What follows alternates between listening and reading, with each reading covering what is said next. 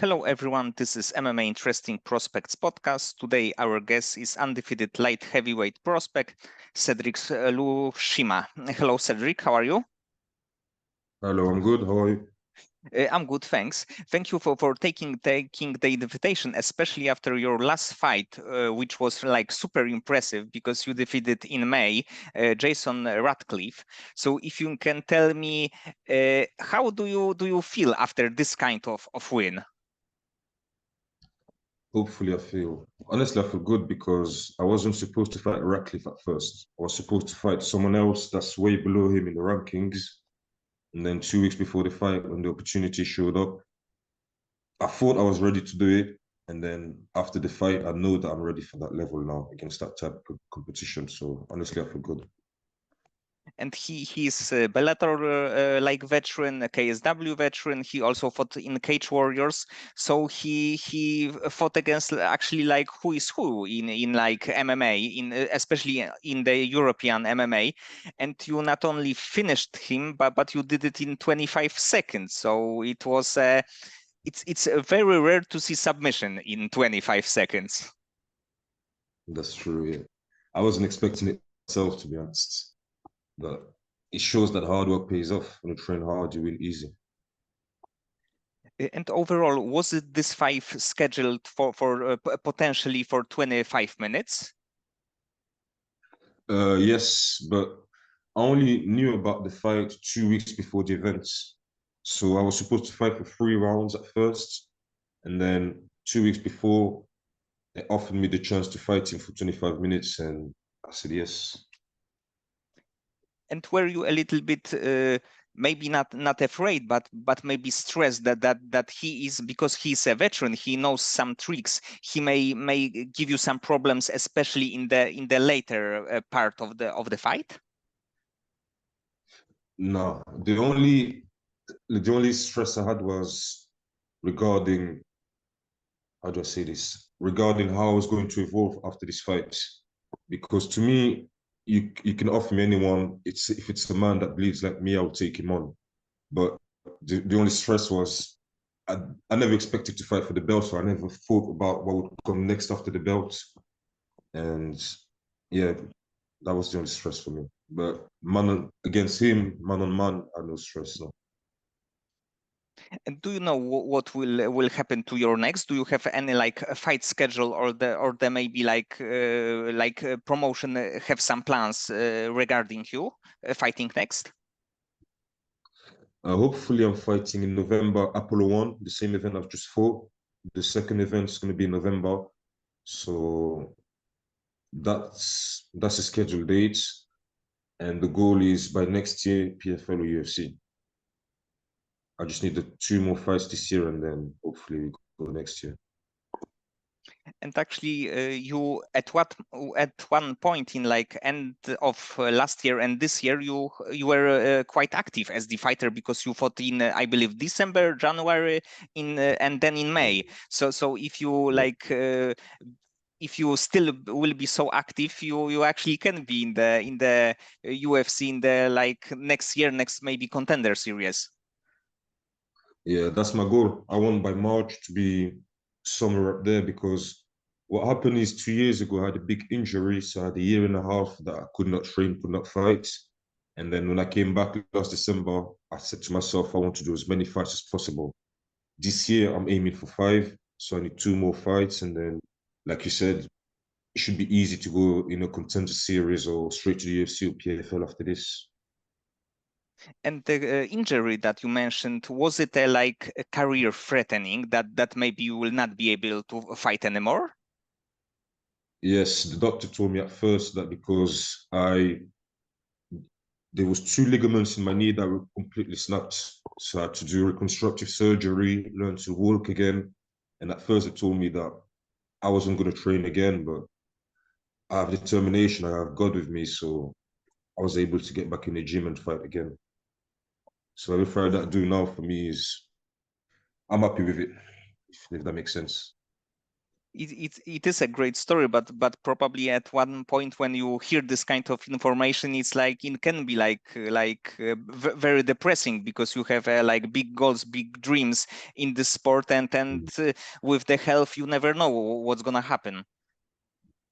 Yeah, that's true. Honestly, it was hard mentally, but that's where you have to have good people around you. You have to have faith. You have to know what you want and then be ready to go all out. If it works, my mentality was if I can fight again, good. If I can't fight no more, then that's what it is. But I'm gonna do all I can to make sure that I can do it again. But it is hard, but that's why I'm thankful to have good people around me, to be honest, because my people help me a lot. And because your plan is to go to the UFC or PFL, one of these like really top level organization.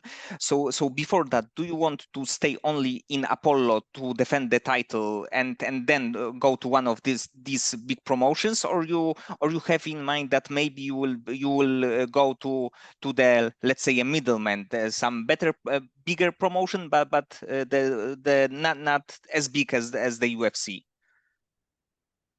I'm open to fighting everywhere, to be honest. I've had a few Polish fans asking me to fight at KSW as well. But what I want to do is, at this stage of my career, I want fights that make sense because I'm 5-0. I'm 29 years old. I don't need to be taking just any fight just for the fun of it. Do you know what I mean? So I'm open to fight everywhere as long as the fight makes sense and the money's good as well. Honestly. I think that with your style, like heavy on the finish kind of style, you actually can be the face of every light heavyweight division in every organization, like either European on or even like outside of the Europe. So I think that it will not be a problem for you to go to one of these bigger promotions. Nah, I hopefully not. I hope not. Especially in my division, light heavyweight. There's a lot of what's the word? There's a lot of space, if that makes sense. There's not as many fighters as in other divisions. But one that I would like to do, if the right opportunity comes, is KSW before I go to the UFC. Just because it's one of the biggest in Europe and the fan base is crazy as well. I like the fan base. And of course, you are like light heavyweight prospect, but do you ever thought about possibly like going down to middleweight division?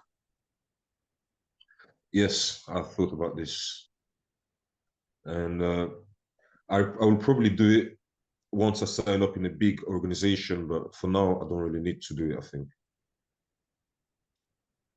I think that like with the knowledge that you are light heavyweight, but possibly you can make a middleweight like weight limit. You can be like two weight classes guy. So the UFC or the big promotions like this kind of fighters that can fight in like even two weight classes. I'm thinking three weight classes because there's heavyweight as well. I could go from 84 to all the way up. It wouldn't be easy, but I think I could do it. And that's my goal in the long term, to be honest, to fight in all three divisions. So three divisions is even better. Yeah, why not? And according to Tapology, you have your first amateur bouts in 2018. And at that point, how many years did you train MMA? There's a mistake when it comes to that because I had my first fight in 2016. It was just wasn't registered yet, and I was training for 5 months at the time. And I just my little brother got me into fighting because he was doing boxing, and I just wanted to test myself. I signed up. I lost my first fight, and then I won about 6, 7 in a row. But yeah, that's how it started. And what was the like first combat sport that you ever trained, like even as the kid? Do you have any like maybe like karate or something like this background in like as the kid? No, no. I've always played football from a kid, and then I went on to do every other sport you can name: swimming, basketball. Just before fighting, I was doing weightlifting, heavy weightlifting. So I never really trained martial arts before that. No, it's just I don't know. What I like about martial arts is it gave me discipline that I didn't find nowhere else, if that makes sense. And yeah, that's why I never trained before that. And watching your fights, it seems that you have a like strong grappling background because you like to go on the ground, take people down, beat them a little bit, and go for submission. So I think that especially for the like bigger weight classes, it's quite important thing because like usually light heavyweights or heavyweights are like very good or good strikers with a lot of power, but there are not a lot of guys who like to take people down and submit them on the ground. Yeah, that's true. What you just said is true. But MMA, tell me what you think about this. But in light heavyweights, you don't have many people that can do it all. That can strike, that can kick, that can grapple, that can submit you, that can wrestle. And that's my goal. I want to be that guy that if I come up against a striker, I can wrestle him and submit him. If I come up against a wrestler, I can knock him out. And that's my goal, honestly. The best example of it is Daniel Cormier. He's, for me, that's the example of the perfect fighter. I like heavyweights. Yes, and he also like for a while dominated two divisions. That's what I mean. He led by example. And if you can tell me more about the gym that you are currently trained in, who is your like main sparring partners and who are your coach? Who is your coach? I train at Da Vinci. I don't know if you've heard of it. Valentin. So we have a few fighters that fight at Glory. There's about 8 of them. We have one fighter in the UFC, Oki Boulanger. And my main training partners are two heavyweights. One is named Mustafa Jakipe, and the other one Nico Simen. And it's a small gym. It's really a tight-knit gym, but we push ourselves to the limit every day. And I think the results show for itself because, in my opinion, we're the best gym in Belgium, to be honest. And who And do you? my other coach, sorry? No. Please continue. Yeah, my striking coach is called Valon, and my grappling coach, MMA coach is Pavlok. And I've been training with them for about 4 years now. And honestly, I have no complaints. Everything's going good. My evolution is going good. So I'm happy. Yes, the like this is like super important thing in MMA to be in the right environment, to be surrounded by the right people with the right knowledge, and not to be like uh, have a like coach who is like thinking only about himself or something like this. So the having a great team is like a first step to be a very good fighter or even a great fighter. Yeah, that's what I mean. Because at the end of the day, I don't think many coaches realize this, but as fighters, this is our life, this is our career. There's no second chance if something bad happens, you know what I mean? And if the coach understands that, the sky's the limit, honestly. And that's a blessing that I've had to be able to find a gym where the coach know that, like you said, this is my career, this is not a game, do you know what I mean? And this is the most important thing. And overall, what do you think about MMA in Belgium? Because I think that right now is kind of on the rise. That there are a few really good guys who are in the UFC or who can be in the UFC. Because I think that even right now in the Contender Series is the middleweight undefeated middleweight fighter who will be fighting.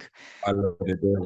Y- In there. Yes, and he's like a very good fighter. But what do you think about like state of MMA overall? I think honestly, MMA in Belgium is growing rapidly in the past 5 years, but it's because the federation is putting in a lot of work, a lot of investment to make sure that we have the opportunities that we need. And I think in the next 5, 6 years, it's going to be one of the most dominating markets in Europe, Belgian MMA, because we have a lot of talent, like you said, but it's all about opportunities right now. I think that it's also great that that like there are right now many countries in Europe with many or more good gyms that it was ever before, because sometimes like few years ago to have a like great training like with the UFC kind of fighters, you have to go to the US. And right now in like many European countries, you can train on this the highest level. Yeah, that's true. But that's because we've had people that have been able to travel and bring back the knowledge that they've received over there. One thing that's important as well, I think, is we have to get rid of the mentality that you have to go abroad in order to rise up to the highest level. I think that we have all we need over here. It's just you have to put in maybe a little more work, more investment, but we have all we need. Yes, we might have a little bit of knowledge that we can bring back from here and there, but I think we need to believe in ourselves and build ourselves up, if that makes sense. Because let's say if we talk about Sweden, for example, All Stars, how did they get their name up? It's just they built their fighters, and then people across Europe started to talk about them. And that's what I think we need to do over here as well, and that's what we're doing, right? And when you are thinking about your career, because you have like big goals and like to be in the one of the top promotions, and if you can pick the fighter that you could fight from the light heavyweight division, what kind of fight what fighter would you like to face? Do you mean this generation or No, any fighter from any no, time? this generation, let's say from the current UFC roster. Do you have like one name in mind? That I would like to face right now?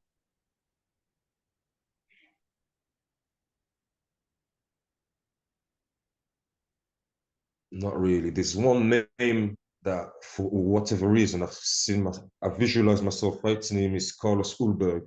Do you know him? Yes, yes. For some reason, I don't know why. I've seen one of his fights and I've thought to myself, without disrespecting him, I can beat him.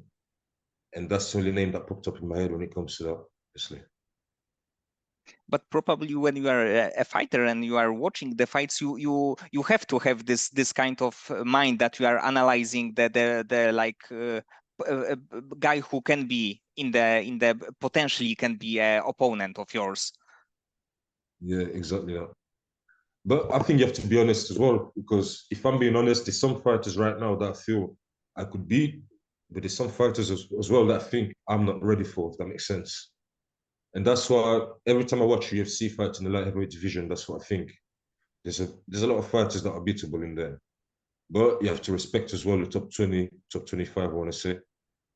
But that doesn't mean I cannot work my way up there, do you know what I mean? Yes, And yes, that's the goal. definitely. And what do you think about Alex Pereira, who in like last 3 years did like some amazing things, that the things that didn't happen in the history of the sport before? Honestly, I think that guy he's an exception to the rule, I think. Because for to do what he did at middleweight, to do it at light heavyweights, I didn't think it was possible. And yeah, for me, that guy's an exception to the rule. And I wouldn't want to fight him now, if I'm being honest. In a couple of years, maybe, but not now. But also like few years ago, when like somebody would hear that there will be a very good kickboxer who is a double champion in the UFC, I think that not many people would No one believe would that. believe it. Yes, yes, because it's it will not be a problem because I will take him down, but it's not so easy. Yeah. Now, with Pereira, I think he would be able to take him down, but he's that type of fighter that you have to mentally prepare yourself to fight him, not physically, if that makes sense. It's a bit like John Jones. They're the type of fighters that if you go in the cage, you might be physically 100% ready, but if mentally you're at 99%, it's over. And I think Pereira's the same type of guy.